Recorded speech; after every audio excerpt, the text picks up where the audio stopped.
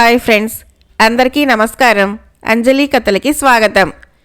ఈరోజు చందమామ కథ పేరు దక్కిన సిరి. మల్లవరం అనే ఊరి పొలిమేరల్లో ఒక పాడుబడిన పురాతన అమ్మవారి ఆలయం ఉండేది.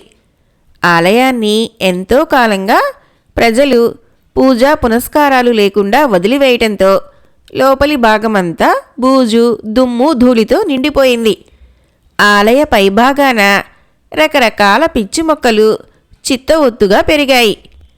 ఉన్న ఊరి వాళ్లతో పడక గుడి పూజారి పని పోగొట్టుకున్న పరంధామయ్య అనే అతను, అతని భార్య, 2 చిన్నపిల్లలతో బతుకు తెరువు వెతుక్కుంటూ బయలుదేరి మల్లవరం పొలిమేర ప్రాంతాలకు చేరాడు. అతడికి పాడుబడిన అమ్మవారి ఆలయం కంటపడింది. ఆ ఆలయాన్ని చూస్తూనే పరంధామయ్యకు ఒక ఆలోచన వచ్చింది. అతడు భార్యతో, చూసావా, అమ్మవారిని వెలివేసినట్టు పక్క గ్రామం వాళ్ళు ఈ ఛాయలకే వస్తున్నట్టు లేదు. మనం ఆలయాన్ని శుభ్రపరిచి ఇక్కడే స్థిరపడదాం. అమ్మవారు మనల్ని కరుణించకపోదు అన్నాడు. పూజారి భార్య అందుకు సంతోషంగా ఒప్పుకున్నది. పిల్లలు, భార్య, పరంధామయ్య కలిసి వారం రోజులు తిరగకుండానే ఆలయాన్ని శుభ్రం చేసి అమ్మవారికి కొత్త దుస్తులు కట్టబెట్టి అలంకరణ చేశారు. తర్వాత ఒకనాటి ఉదయం తుప్పు పట్టిన ఆలయపు గంటను గణగణ మోగించారు.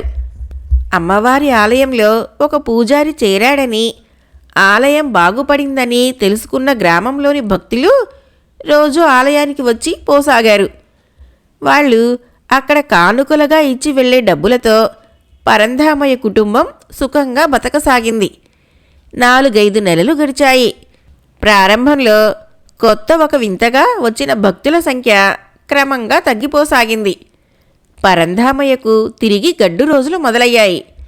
అతడు ఒకనాటి రాత్రి భార్యతో బతుకు తెరువుకు మల్లవరం వదిలి మరేదైనా గ్రామం పోదామని చెప్పాడు. సంగతి తెలుసు గనుక ఆమె సరేనని తల ఊపింది. తర్వాత అందరూ నిద్రపోయారు. ఒక రాత్రివేళ అమ్మవారు కలలో పరంధామయ్యకు ప్రత్యక్షమైంది. అతడు ఎంతో భక్తితో ఆమె ముందు మోకరిల్లి, అమ్మా, నా వల్ల ఏమైనా అపరాధం జరిగితే మన్నించు. నా పొట్టకూటి కోసం శిథిలావస్థలో ఉన్న నీ ఆలయానికి ఒక రూపుదిద్దాను. కానీ నాకు మళ్ళీ పొట్టగడవని రోజులు ఎదురైనాయి. అందువలనే ఈ ఊరి వదిలిపోవాలనుకుంటున్నాను. నీకిష్టం లేకపోతే ఇక్కడే ఉండిపోతాను అన్నాడు. ఆ మాటలకు దేవి మందహాసం చేసి, నా ఆలయానికి తిరిగి అలనాటి కళ తెచ్చిన నువ్వంటే నాకెంతో వాత్సల్యం.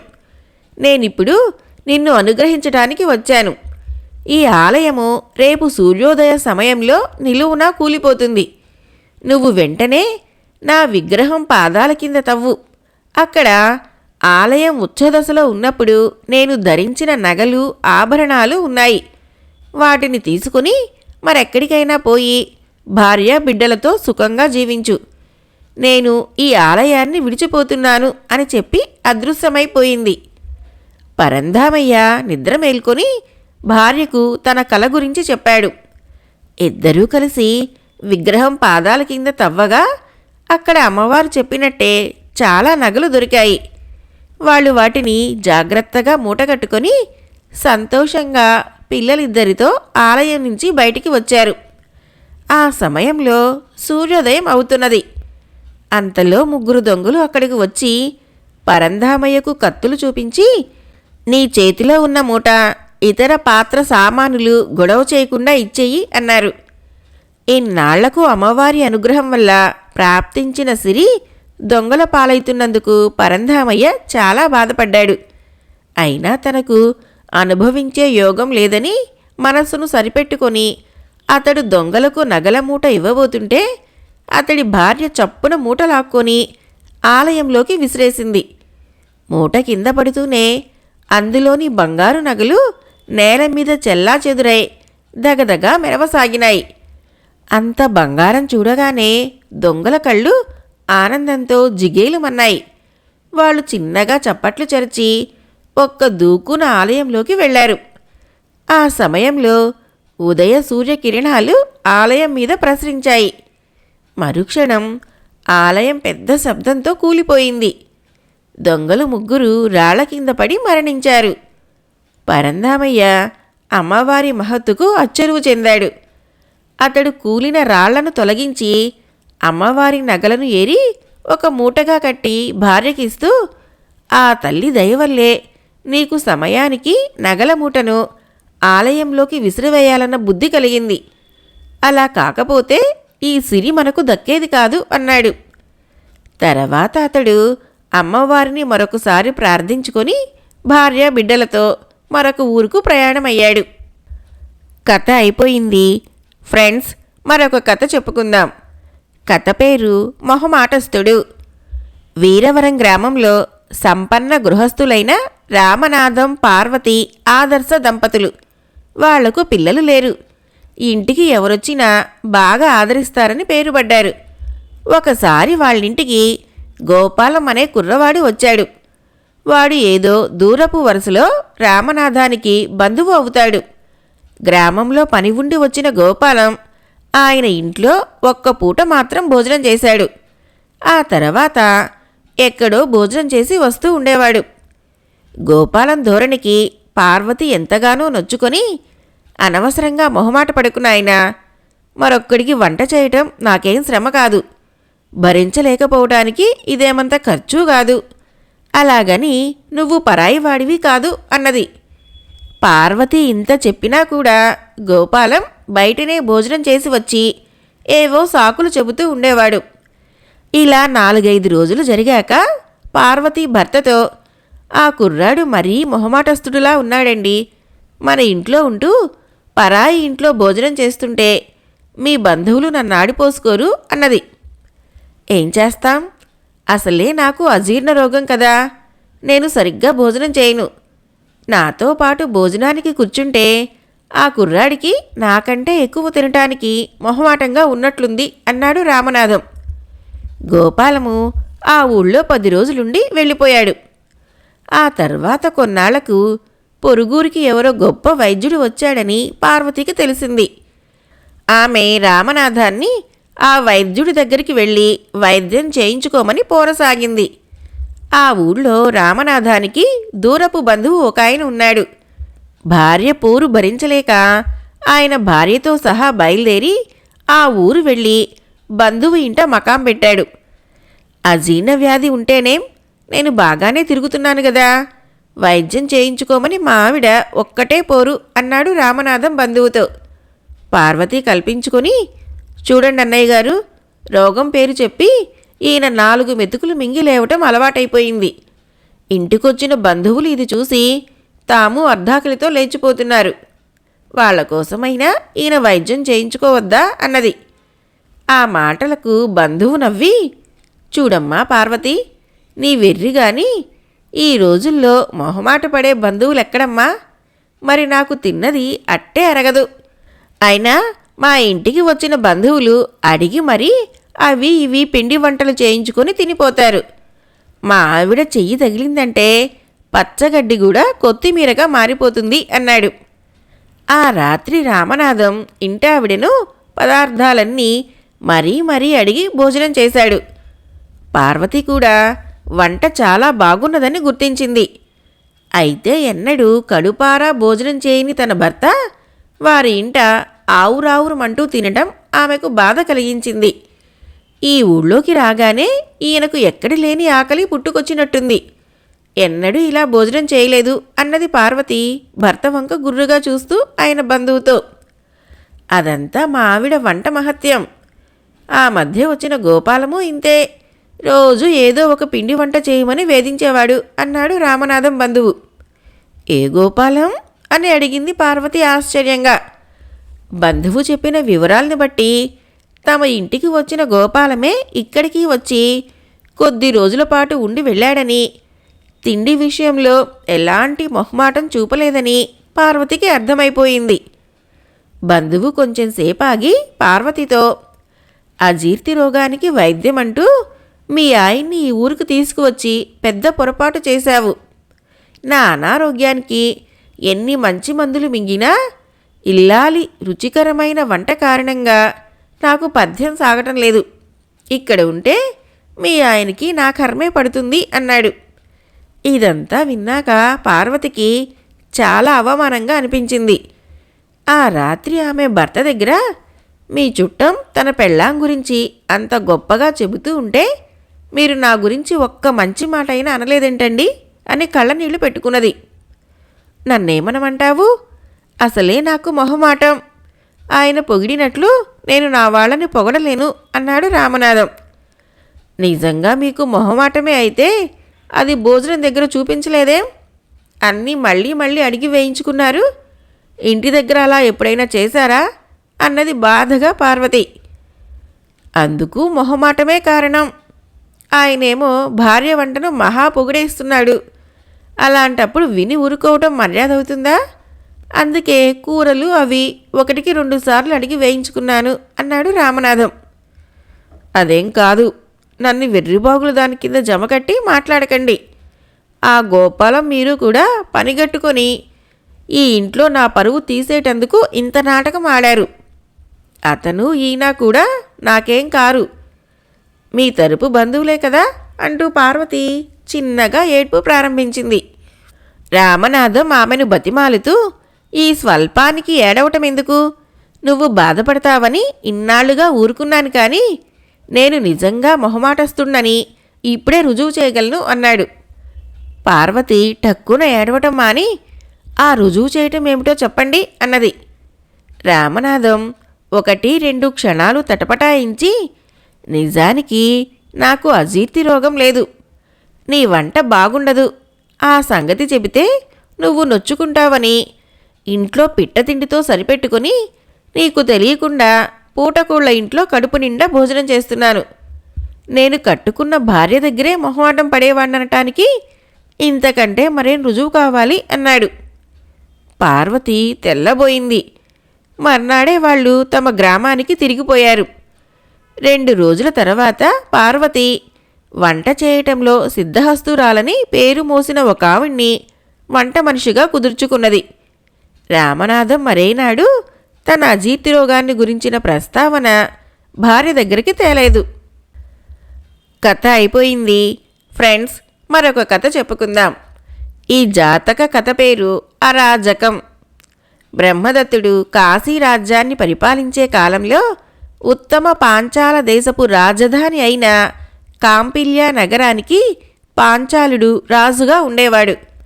ఆయన భోగలాలసుడు, అవినీతిపరుడు అయి రాజ్య పరిపాలన విషయంలో కొంచెం కూడా శ్రద్ధ వహించలేదు. యథా రాజా తథా ప్రజ అన్నట్లు రాజును బట్టి మంత్రులు కూడా అవినీతిగా ప్రవర్తించసాగారు. ప్రజలపై పన్నుల భారం హెచ్చసాగింది.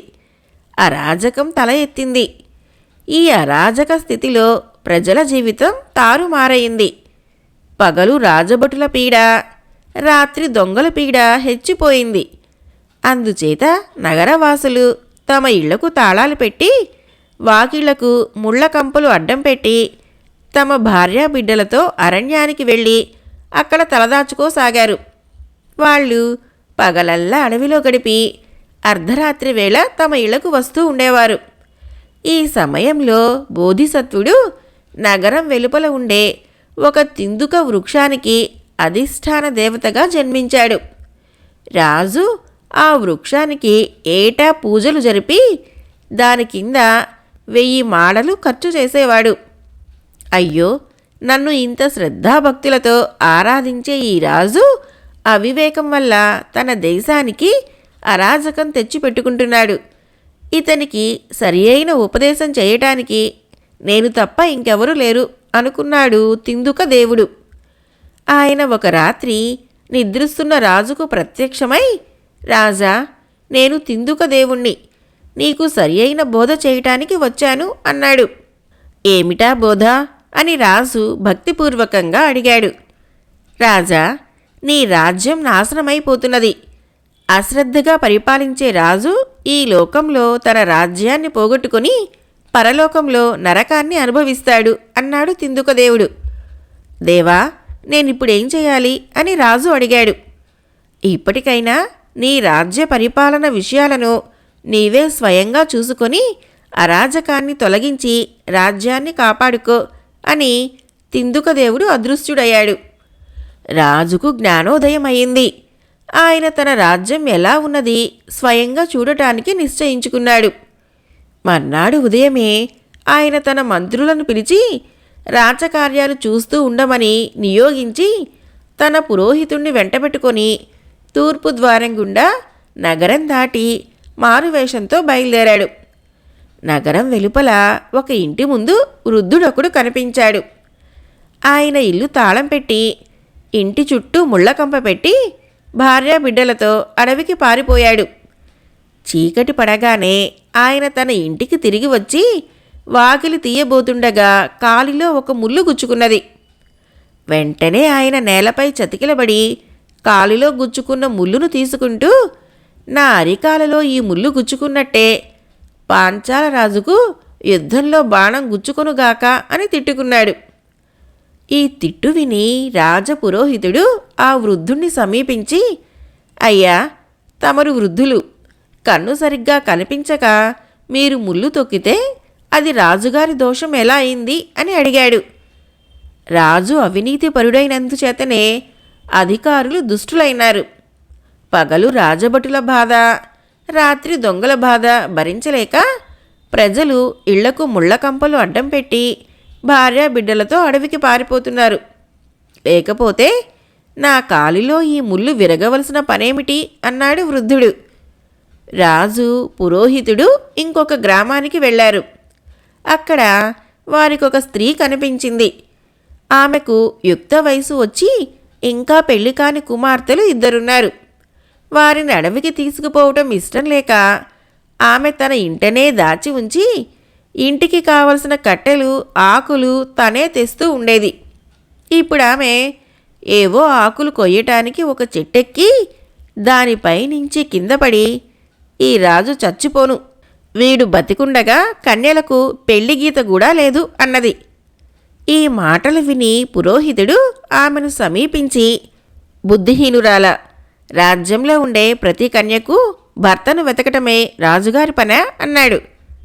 పగలు రాజభటుల భయం, రాత్రి దొంగల భయం, కన్యలకు భర్తలెలా దొరుకుతారు అన్నది ఆ స్త్రీ. రాజు, పురోహితుడు అక్కడి నుంచి బయలుదేరి ఇంకా ముందుకు వెళ్లారు. ఒక పొలాన్ని దున్నుతూ ఒక రైతు వారి కంట పడ్డాడు. అతను దున్నుతూ ఉండగానే నాగలి కర్రు గుచ్చుకొని ఒక ఎద్దు పడిపోయింది. వెంటనే ఆ రైతు పట్టలేని కోపంతో, ఈ పాంచాల రాజు గుండెలో బల్లెం గుచ్చుకొని ఇలాగే పడిపోరాదా, మా కష్టాలు తీరుతాయి అన్నాడు.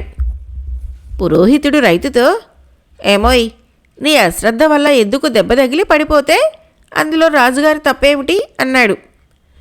రాజుగారి తప్పు కాకపోతే ఎవరి తప్పు? పాలకులు దుర్మార్గులైతే బక్కవాళ్లేం బతుకుతారు?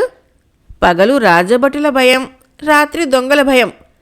నా భార్య నా కోసం వండి తెచ్చిన కూడు బలవంతంగా లాక్కొని దుర్మార్గులు మెక్కేశారు. మళ్ళీ వండి ఎప్పుడు తెస్తుందా అని నేను నోరు తెరుచుకు చూస్తూ ఉండటం మూలాన బంగారం అంటే ఎద్దు కాస్త దెబ్బతిని పడిపోయింది అన్నాడు రైతు.